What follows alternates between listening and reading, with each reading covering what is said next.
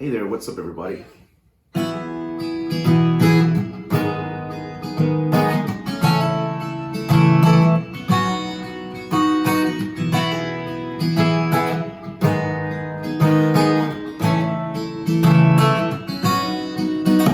Alright, so I want to do a little lesson on a Miranda Lambert song.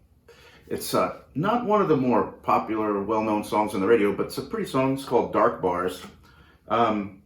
And I wanted to cover like how she plays it live.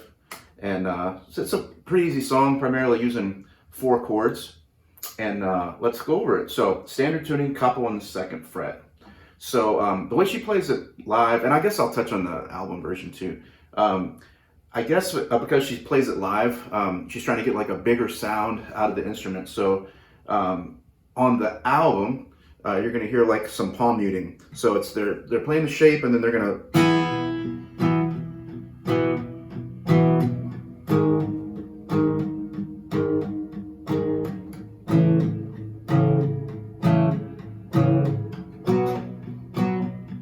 like so. And when she's playing it, it's all strumming. When she's doing it, just her vocal, you know, on stage with her and a guitar, and that's it.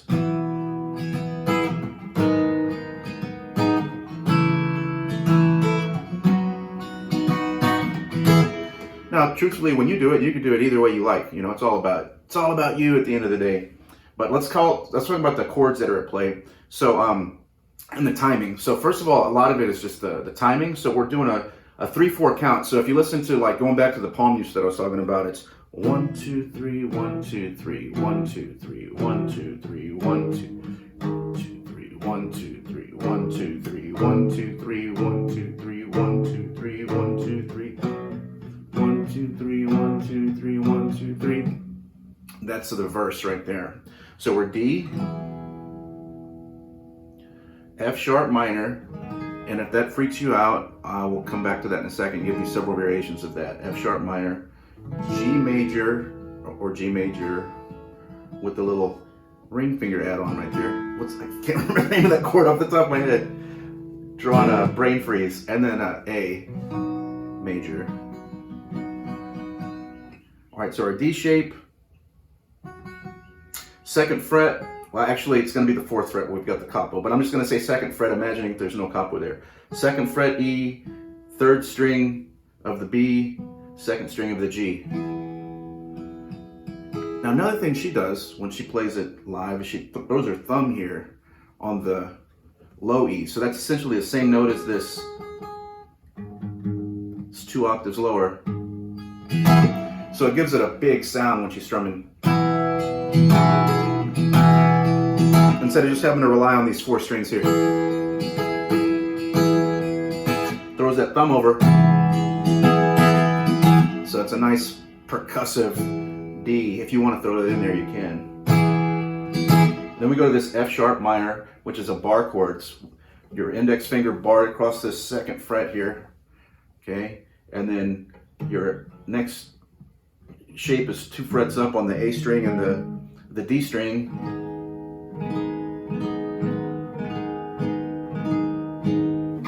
So a lot of people struggle with that bar chord there. So what you can do is maybe try taking a small piece of it. So we could take our 2 fingers here and then lay instead of a bar across the whole 6 strings, we could just bar across these top 3 strings, which still takes a little bit of strength in that finger. I find like on those positions there, like if you kind of like tuck your elbow down and in to your own body, it gives you a lot more leverage. So you're using your thumb as kind of like a pivot point or a hinge, and your elbow pulling down locks this top finger into place. I'm not using this finger. Sorry to point the middle finger at you there. Not using that one at all. Okay. Another way to do it is just to play the 3 notes there. So just playing. Now you got to be a little more disciplined with your strumming because you don't want to ring everything out. It's going to sound different, right? So make sure if you're doing this version, you're either picking it, like finger picking it, just on the A, the D, and the G, or strumming it kind of lightly. So the way that would be like.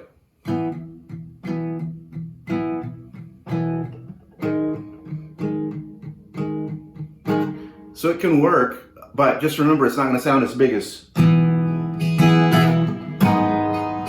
big difference in the, you know, amount of volume that your guitar is projecting with those other strings added in there. All right, so after our F sharp minor, we go into a G. You don't have to play the ring finger there, but it sounds nice, either one. And then an A major.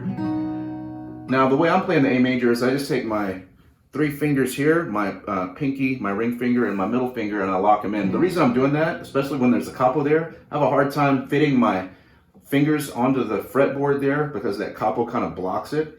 So I'll go that way. You could also use your first 3 fingers and do the exact same chord. I think Miranda Lambert plays it that way when I saw her playing it live. And then you could also just take a piece of it and just take your index finger and just hold these 3 strings down right here. And with the palm muting, that would be like.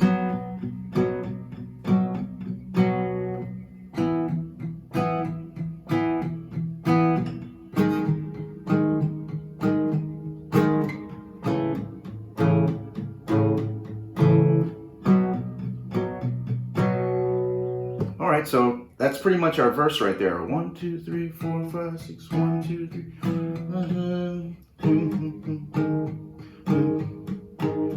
1, 2, 3, 4, 5, 6. 1, 2, 3, 4, 5, 6. 1, 2, 3, 4. 1, 2, 3, 4, 5, 6. Now we get into the verse, and it's going to be using almost the same chords.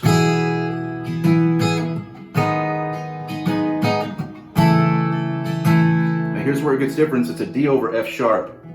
So that's a piece of this D major chord and a piece of this F chord. So the way there's different ways you can do it. So I believe the way she plays it is just like she was putting her thumb on the low E on her D. She does the same thing and just picks up the middle finger of that low E. So the low E is ringing open. And the main reason she's doing that is to help her with this transition to the next part of the chorus, which is an A to a G to an A to a G, and then back to the beginning of the song. So I think by picking that finger up, it just adds a little contrast so that she can transition to this A. Kind of makes those, it's just a transition to that second part of that chorus, right? So it's.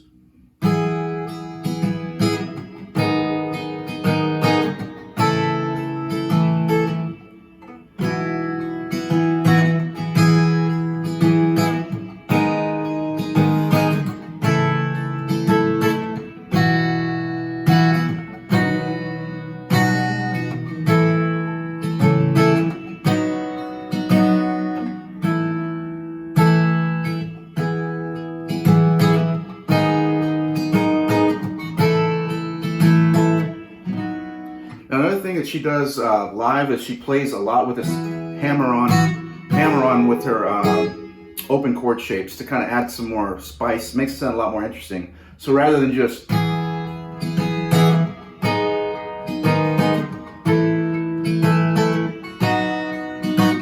she'll like grab almost the whole chord, like for this D. See, I'm not putting my middle finger down, so we'll start this. And then as the chord's ringing, then we'll hammer into it. Whoops, hit the wrong chord. You can do the same thing with the G by starting with these low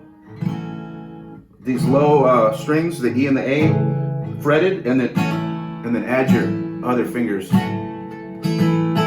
Same thing with the A. You could start with the first 2 notes of the chord fretted, and then throw your pinky down. So it'll be like.